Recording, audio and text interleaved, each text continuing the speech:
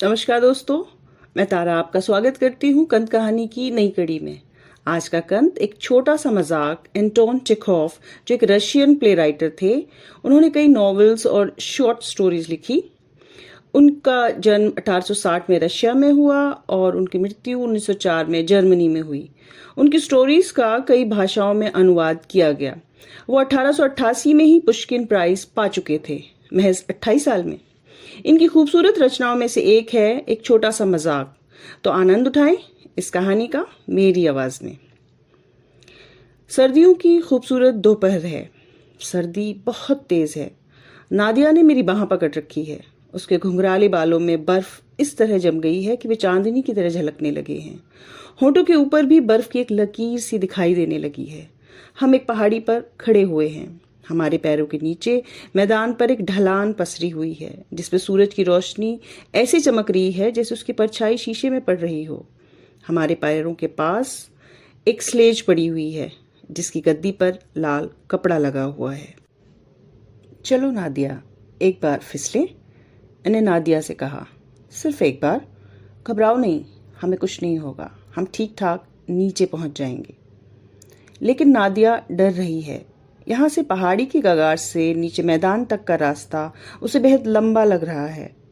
वह डर से पीली पड़ गई है जब वह ऊपर से नीचे की ओर झांकती है, और जब मैं उसे स्लेज पर बैठने को कहता हूँ तो जैसे उसका दम निकल जाता है। मैं सोचता हूँ, लेकिन तब क्या होगा जब वह नीचे फिसलने का खतरा उठा लेगी? वह तो डर से मर ही जाएगी या पागल ही हो जाएगी। मेरी बात मान लो, मैंने उससे कहा। नहीं नहीं, डरो नहीं, तुम में हिम्मत की कमी है क्या? आखिरकार वह मान जाती है और मैं उसके चेहरे के भावों को पढ़ता हूँ। ऐसा लगता है जैसे मौत का खतरा मोल लेकर ही उसने मेरी ये बात मानी है। वह भय से सफेद पड़ चुकी है और कांप रही है। मैं उसे स्लेज पर बैठाकर उसके कंधों पर अपना हाथ रखकर उसके पीछे बैठ जाता हूँ। हम उस अथाह गहराई की ओर फिसलने लगते हैं। स्लेज गोली की तरह बड़ी तेजी से नीचे जा रही है। बेहद ठंडी हवा हमारे चेहरों पर चोट कर रही है। हवा ऐसे चिंगाड़ रही है कि लगता है मानो कोई तेज सीटी बजा रहा हो। हवा जैसे गुस्से से हमें चीर रही है। वह हमारे सर उतार लेना चाहती है। हवा इतनी तेज है कि सांस लेना भी मुश्किल है। लगता है मानो शैतान हमें अपने पंजों में जकड़कर गरजते हुए नरक की ओर खींच रहा है। आसपास की सारी चीजें जैसे तेजी से भागती हुई लकीर में बदल गई हैं। ऐसा महसूस होता है कि आने वाले पल में ही हम मर जाएंगे। मैं तुमसे प्यार करता हूं नादिया, मैं धीमे से कहता हूं। स्लेज की स्पीड धीरे धीरे कम हो जाती है। हवा का गरजना और स्लेज का गूंजना अब इतना भयानक नहीं लगता। हमारे दम में दम आता है और आखिरकार हम नीचे पहुंच जाते हैं। नादिया अधमरी सी हो रही है। वह सफेद पड़ गई है। उसकी सांसें बहुत धीमी धीमी चल रही हैं। मैं उसकी स्लेज से उठने में मदद करता हूँ। अब चाहे जो भी हो जाए, मैं कभी नहीं फिसलूंगी, हरगिज नहीं। आज तो मैं मरते मरते बची हूँ। मेरी ओर देखते हुए उसने कहा। उसकी बड़ी बड़ी आंखों में खौफ साफ साफ दिखाई दे रहा है। पर थोड़ी ही देर बाद वह सहज हो गई और मेरी ओर सवालिया निगाहों से देखने लगी। क्या उसने सचमुच वे शब्द सुने थे या उसे ऐसा बस महसूस हुआ था? सिर्फ हवा की गरज थी वह? मैं नादिया के पास ही खड़ा हूँ। मैं सिगरेट पी रहा हूँ और अपने दस्ताने को ध्यान से देख रहा हूँ। नादिया मेरा हाथ अपने हाथ में ले लेती है और हम देर तक पहाड़ी के आसपास घूमते रहते हैं। यह पहेली उसको परेशान कर रही है। वे शब्द जो उसने पहाड़ी से नीचे फिसलते हुए सुने थे, सच में कहे गए थे या नहीं? यह बात वास्तव में हुई या नहीं? यह सच है या झूठ? अब यह सवाल उसके लिए स्वाभिमान का सवाल हो गया है, उसकी इज्जत का सवाल हो गया है। जैसे उसकी जिंदगी और उसके जीवन की खुशी इस बात पर निर्भर करती है। यह बात उसके लिए जरूरी है, दुनिया में शायद सबसे ज्यादा जरूरी। नादिया मुझे अपनी बेचैन उदास नजरों से ताकती है, मानो मेरे अंदर की बात भांपना चाहती हो। मेरे सवालों का कोई अटपटा सा उत्तर देती है। वह इस इंतजार में है कि मैं उससे फिर वही बात शुरू करूं। मैं उसके चेहरे को ध्यान से देखता हूं। उसके प्यारे चेहरे पर ये कैसे भाव हैं? मैं देखता हूँ कि वह अपने आप से लड़ रही है। उसे मुझसे कुछ कहना है, वह कुछ पूछना चाहती है, लेकिन वह अपने ख्यालों को, अपनी भावनाओं को शब्दों के रूप में प्रकट नहीं कर पाती। वह झेप रही है, वह डर रही है। उसकी अपनी ही खुशी उसे तंग कर रही है। सुनिए, मुझसे मुंह चुराते हुए कहती है। क्या? मैं पूछता हूँ। चलिए एक बार फिर फिसलें। हम फिर से पहाड़ी के ऊपर चढ़ जाते हैं। मैं फिर से डर से सफ़ेद पड़ चुकी है और कांपती हुई नादिया को स्लेज पर बैठाता हूँ। हम फिर से भयानक गहराई की ओर फिसलते हैं। फिर से हवा की गरज और स्लेज की गूंज हमारे कानों को पड़ती है। और फिर जब शोर सबसे अधिक था, मैं धीमी आवाज़ में कहता हूँ, मैं तुमसे प्यार करता हूँ नादिया। नीचे पहुंचकर जब स्लेज रुक जाती है तो नादिया एक नज़र पहले ऊपर की तरफ ढलान को देखती है जिससे हम अभी अभी नीचे फिसले हैं, फिर दूसरी नज़र मेरे चेहरे पर डालती है। वह ध्यान से मेरी बेपरवाह और भावहीन आवाज़ को सुनती है। उसके चेहरे पर हैरानी है, न सिर्फ चेहरे पर बल्कि उसके सारे हाव भाव से हैरानी झलकती है। वह अचंभे में है और जैसे उसके चेहरे पर यह लिखा है। क्या बात है? वे शब्द किसने कहे थे? शायद इसी ने, या हो सकता है मुझे बस ऐसा लगा हो, बस ऐसे ही वे शब्द सुनाई दिए हों।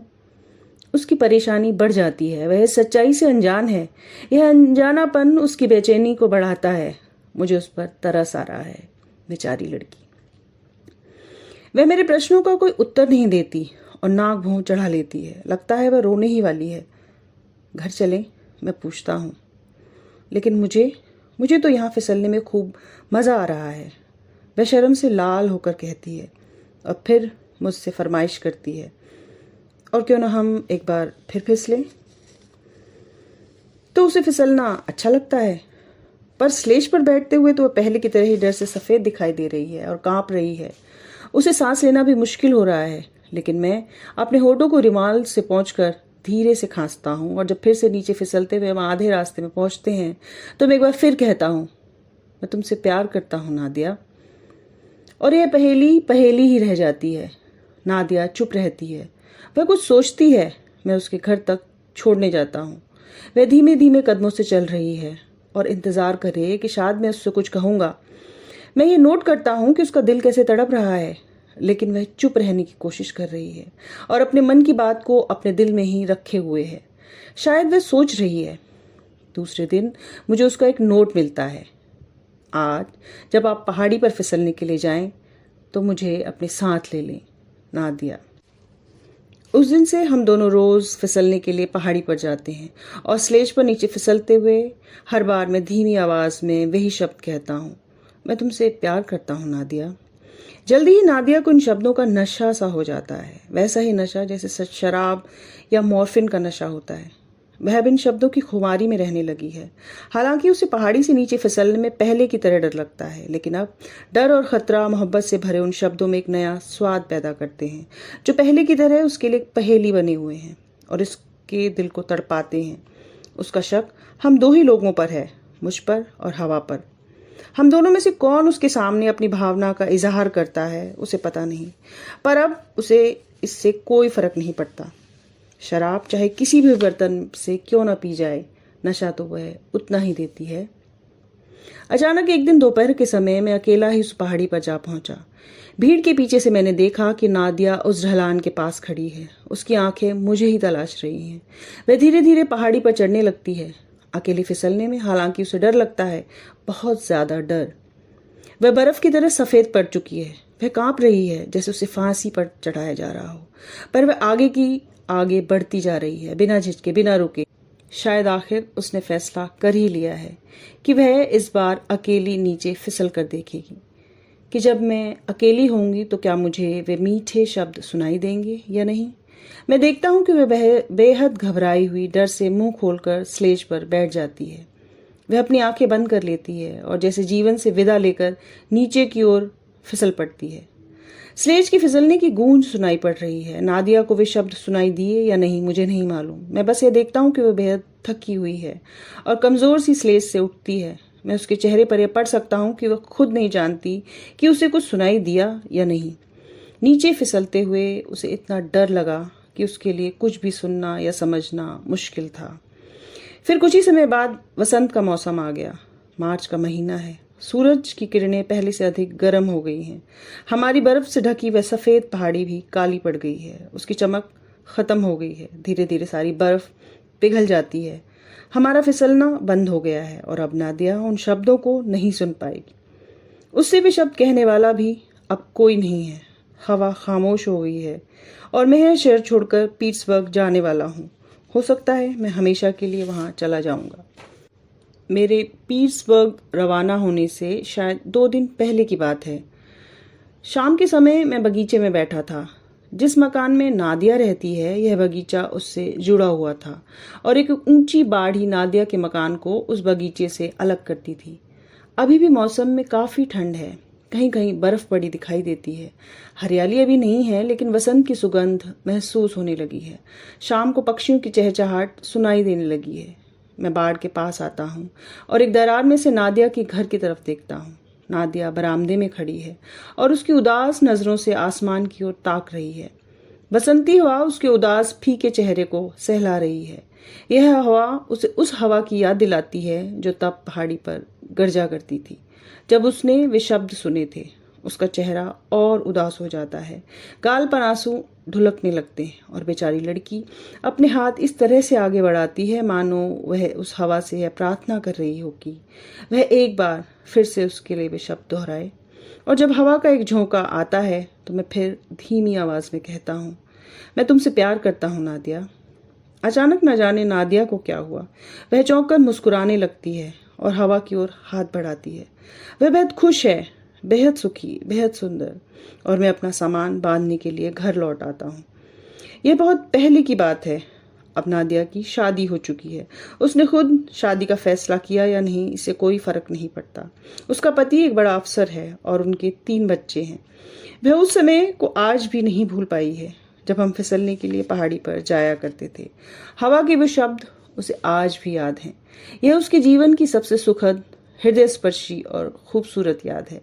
और अब जब मैं बूढ़ा हो चुका हूँ मैं यह नहीं समझ पाता हूँ कि मैंने उससे वे शब्द क्यों कहे थे, किस लिए मैंने उसके साथ ऐसा मजाक किया था। ये कहानी यहीं तक थी। मजाक में ही कहे गए कुछ शब्द किसी के लिए जीवन भर की सच्चाई बनकर मीठी सी याद बन जाते हैं। गुलजार साहब का एक शेर है, बहुत मुश्किल से करता हूँ तेरी यादों का कारोबार, बहुत मुश्किल से करता हूँ तेरी यादों का कारोबार।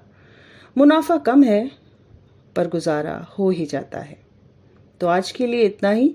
अंत तक मेरे साथ बने रहने के लिए धन्यवाद। लाइक, शेयर एंड सब्सक्राइब करने वाला मेरा मंत्र याद रखें। कमेंट करें। अपना और अपनों का ख्याल रखें। फिर भेंट होगी। तब तक के लिए नमस्कार।